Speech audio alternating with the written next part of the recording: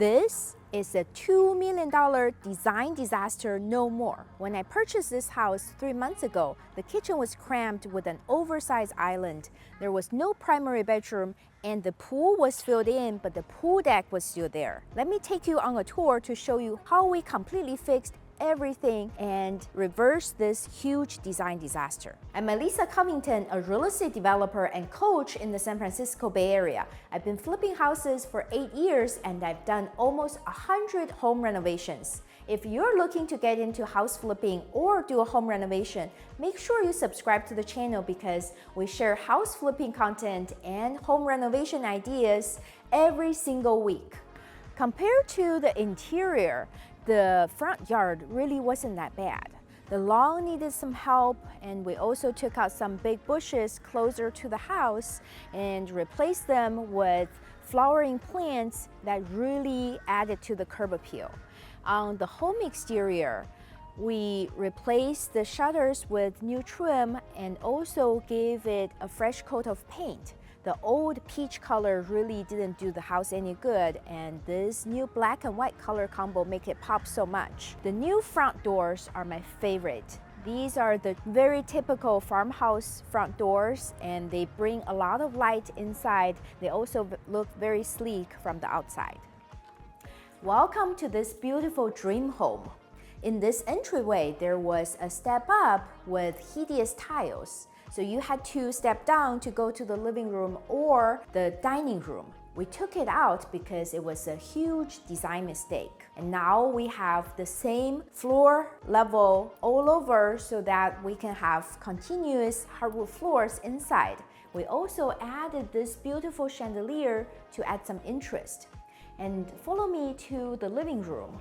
It felt so dark inside, so we put a ton of recessed lights. We also repainted the interior and replaced all the trim and installed this new fireplace insert because the old brick fireplace looked very outdated, and now this is a perfect feature wall. On the other side of the entryway, we have the dining room. Here we removed the popcorn ceiling and put in a statement chandelier, which makes a big difference. But the biggest change was the removal of the wall over here. So now we have the perfect flow into the kitchen and also the family room in the back.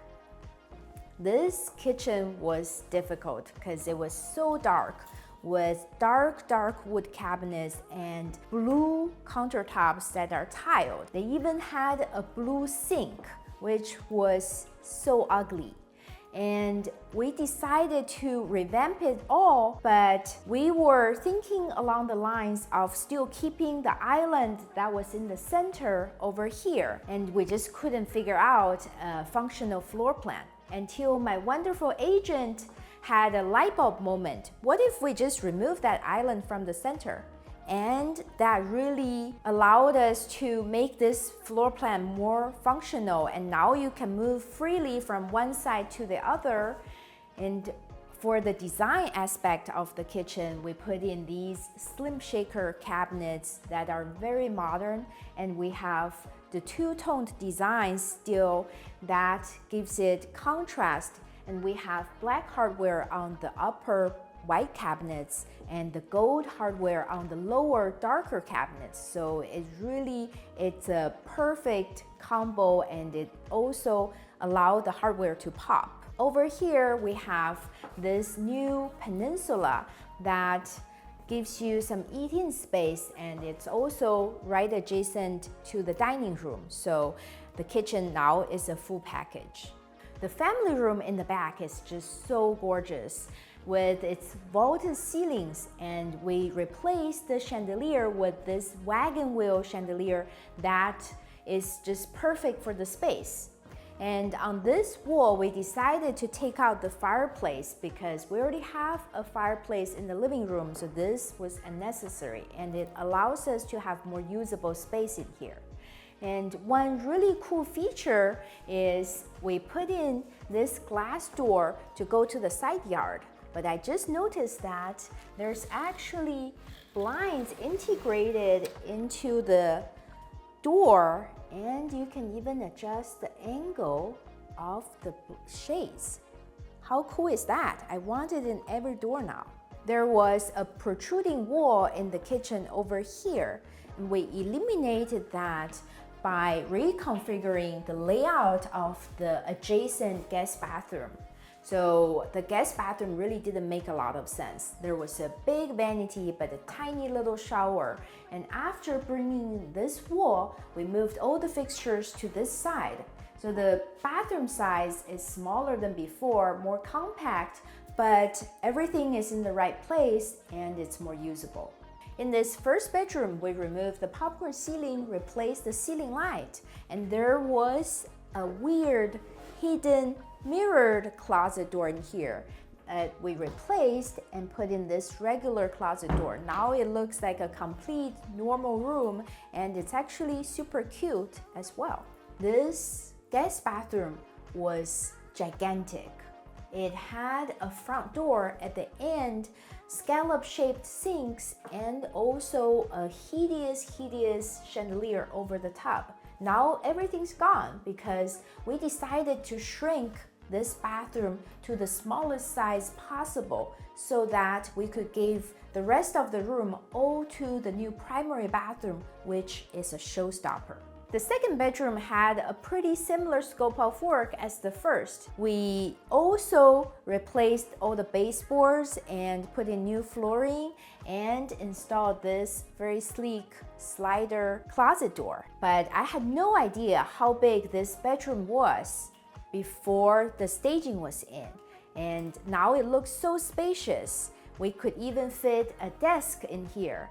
That's the weirdest thing about staging. Without any furniture, you actually can't tell the size of the room. And once the staging is in, you can truly imagine how you can live in this room.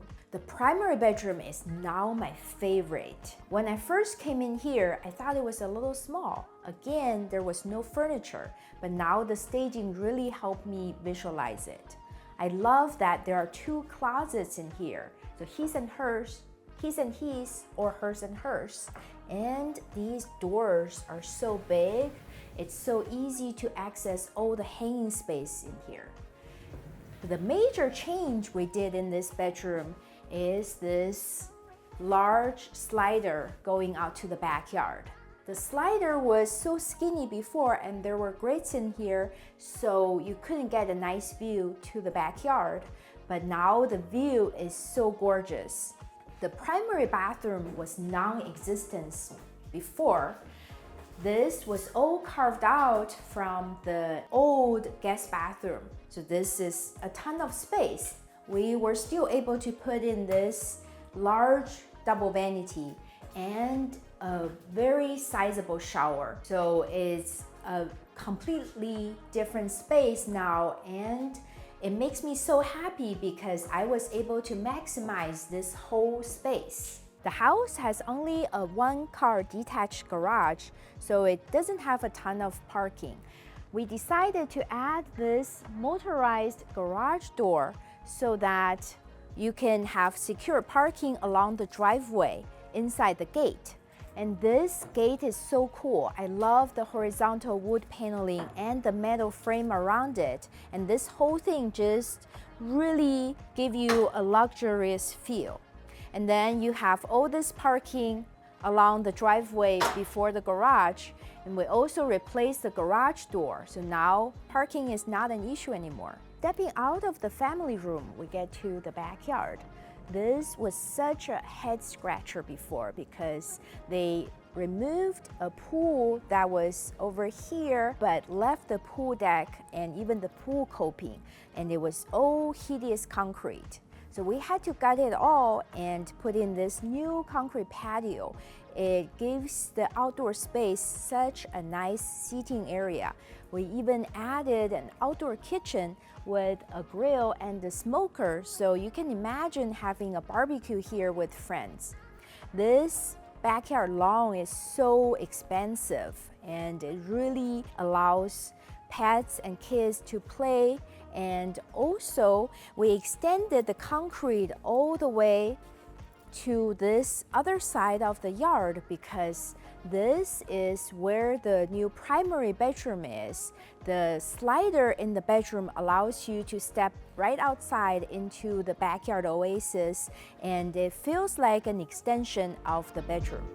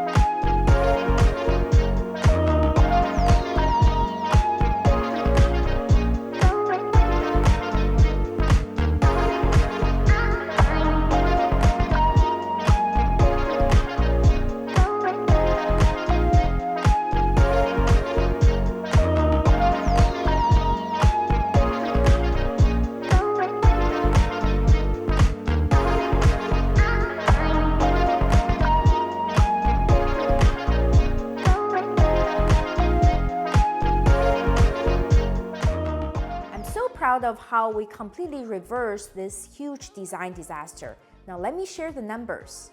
I purchased the house for 1.9 million and we put about 250,000 into the renovation, and we sold the house for 2.7, so we're making almost a $300,000 profit.